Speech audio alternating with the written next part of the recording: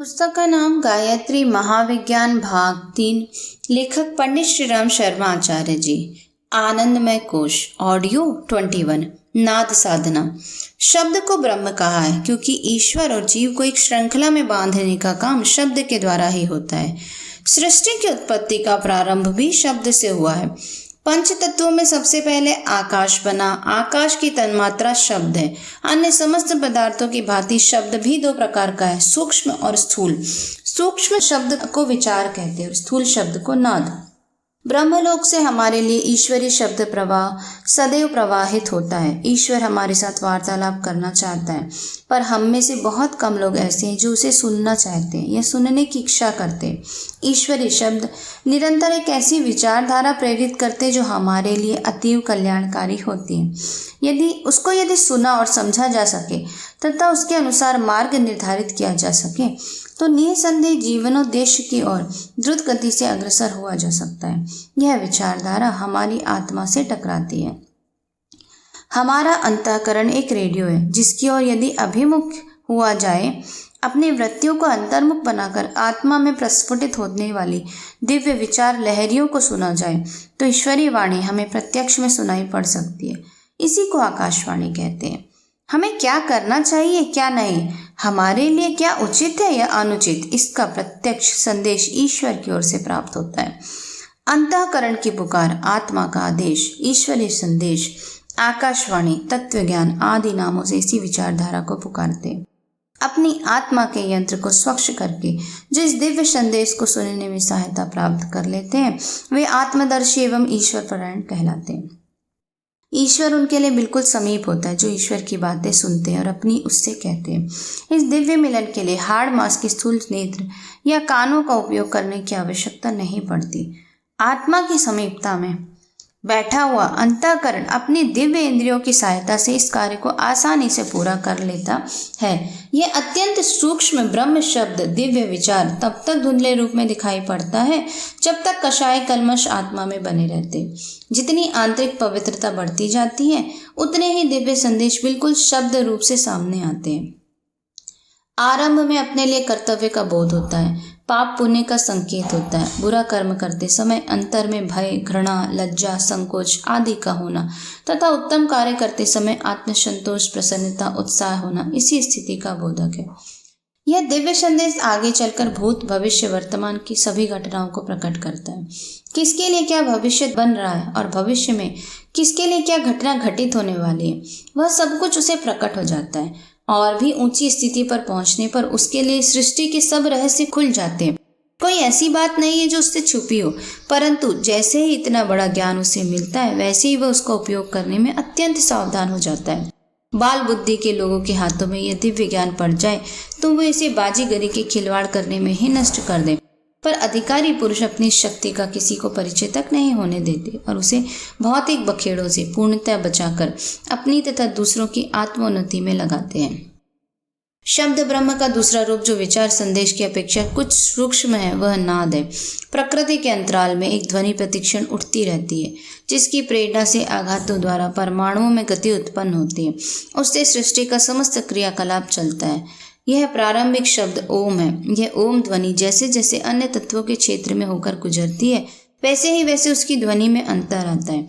बंसी के छिद्रों में हवा फेंकते हैं तो उसमें एक ध्वनि उत्पन्न होती है, पर आगे के छिद्रों में से जिस छिद्र में जितनी हवा निकाली जाती है उसी के अनुसार भिन्न भिन्न स्वरों को ध्वनियाँ उत्पन्न होती हैं। इसी प्रकार ओम ध्वनि भी विभिन्न तत्वों के संपर्क में आकर विविध प्रकार की स्वर लहरियों में परिणत हो जाती है। इन स्वर लहरियों को सुनना ही नाद योग है। पंच तत्वों की प्रतिध्वनित हुई ओमकार की स्वर लहरियों को सुनने की नाद योग साधना कई दृष्टियों से बड़ी महत्वपूर्ण है। प्रथम तो इस दिव्य संगीत की सुनने में इतना आनंद आता है जितना किसी मधुर से मधुर वाद्य या गायन सुनने में नहीं आता। दूसरे, इस नाद श्रवण से मानसिक तंतुओं का प्रस्फुटन होता है। सर्प जब संगीत सुनता है तो उसकी नाड़ी में एक विद्युत लहर प्रवाहित हो उठती है। मृगों का मस्तिष्क मधुर संगीत सुनकर इतना उत्साहित हो जाता है कि उसे तन बदन का होश नहीं रहता। यूरोप में गाय दूहते समय मधुर बाजे बजाए जाते हैं जिससे उनका स्नायु समूह उत्तेजित होकर अधिक मात्रा में दूध उत्पन्न करता है। नाद का दिव्य संगीत सुनकर मानव मस्तिष्क में भी ऐसी स्फुरना होती है जिसके कारण अनेक गुप्त मानसिक शक्तियां विकसित होती है। इस प्रकार भौतिक और आत्मिक दोनों ही दिशाओं में गति होती है। तीसरा लाभ एकाग्रता है। एक वस्तु पर नाद पर ध्यान एकाग्र होने से मन की बिखरी हुई शक्तियां एकत्रित होती है और इस प्रकार मन को वश में करने तथा निश्चित कार्य पर उसे पूरी तरह लगा देने की साधना सफल हो जाती है। यह सफलता कितनी शानदार है इसे प्रत्येक अध्यात्म मार्ग का जिज्ञासु भली प्रकार जानता है। आतिशी कांच द्वारा 1-2 इंच जगह की सूर्य किरणें एक बिंदु पर एकत्रित कर देने से अग्नि उत्पन्न हो जाती है। मानव प्राणी अपने सुविस्तृत शरीर में बिखरी हुई अनंत दिव्य शक्तियों का एकीकरण कर ऐसी महान शक्ति उत्पन्न कर सकता है जिसके द्वारा इस संसार को हिलाया जा सकता है और अपने लिए आकाश में मार्ग बनाया जा सकता है। नाद की स्वर लहरियों को पकड़ते पकड़ते साधक ऊंची रस्सी को पकड़ता हुआ उस उद्गम ब्रह्म तक पहुंच जाता है जो आत्मा का अभिष्ट स्थान है। ब्रह्मलोक की प्राप्ति, दूसरे शब्दों में मुक्ति, निर्वाण, परम पद आदि नामों में से पुकारी जाती है। नाद के आधार पर मनोलय करता हुआ साधक योग की अंतिम सीढ़ी तक पहुंचता है और अभिष्ट लक्ष्य को प्राप्त कर लेता है। नाद का अभ्यास किस प्रकार करना चाहिए, अब इस पर कुछ प्रकाश डालते हैं। अभ्यास के लिए एक ऐसा स्थान प्राप्त कीजिए जो एकांत और जहां बाहर की अधिक आवाज न आती हो। तीक्ष्ण प्रकाश इस अभ्यास में बाधक है, इसलिए कोई अंधेरी कोठरी ढूंढनी चाहिए। एक पहर रात हो जाने के बाद से लेकर सूर्योदय से पूर्व तक का समय इसके लिए बहुत ही अच्छा है। यदि इस समय की व्यवस्था ना हो सके तो प्रातः 7 बजे तक और शाम को दिन छिपे बाद का कोई समय नियत किया जा सकता है। नित्य नियमित समय पर अभ्यास करना चाहिए। अपने नियत कमरे में आसन या आराम कुर्सी बिछाकर बैठो। आसन पर बैठो तो पीठ पीछे कोई मसनद या कपड़े की गठरी आदि रख लो। यह भी न हो तो अपना आसन एक कोने में लगाओ। जिस प्रकार शरीर को आराम मिले उस तरह बैठ जाओ। उसे अपने शरीर को ढीला छोड़ने का प्रयत्न करो। भावना करो कि मेरा शरीर रुई का ढेर मात्र है और मैं इस समय इसे पूरी तरह स्वतंत्र छोड़ रहा हूँ। थोड़ी देर में शरीर बिल्कुल ढीला हो जाएगा और अपना भार अपने आप न सहकर इधर उधर को ढुलने लगेगा।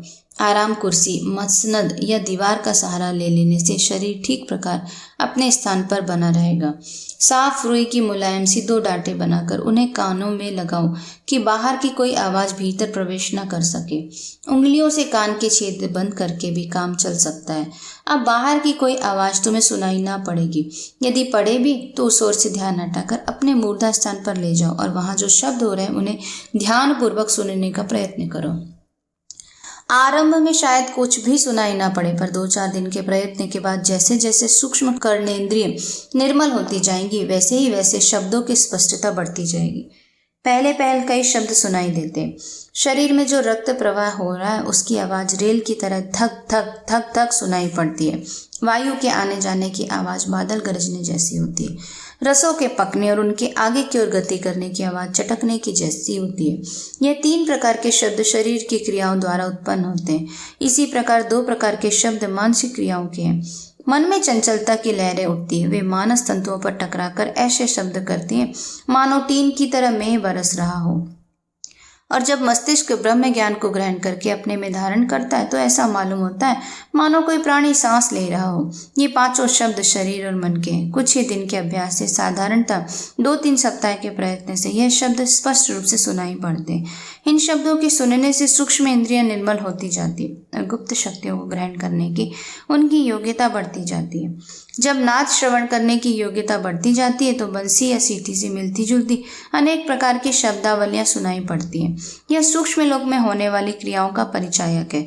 बहुत दिनों से बिछड़े हुए बच्चे को यदि उसकी माता की गोद में पहुंचाया जाता है तो वह आनंद विभोर हो जाता है। ऐसा ही आनंद सुनने वाले को आता है।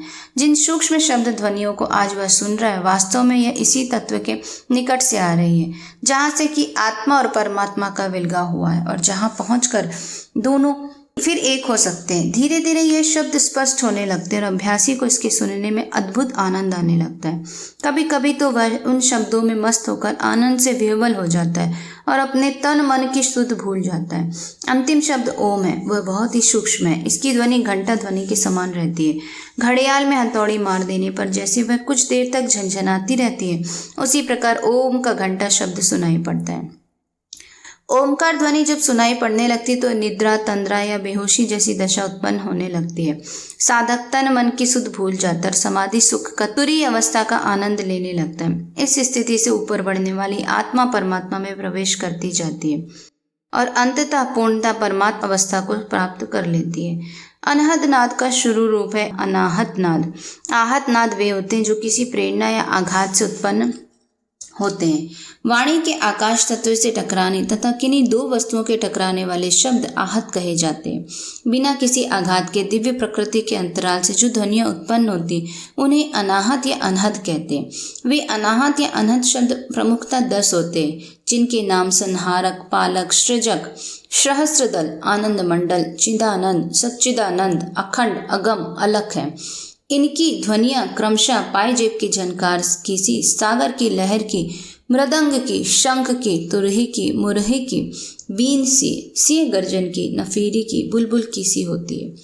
जैसे अनेक रेडियो से एक ही समय में अनेक प्रोग्राम ब्रॉडकास्ट होते रहते हैं, वैसे ही अनेक प्रकार के अनाहत शब्द भी प्रस्फुटित होते रहते हैं।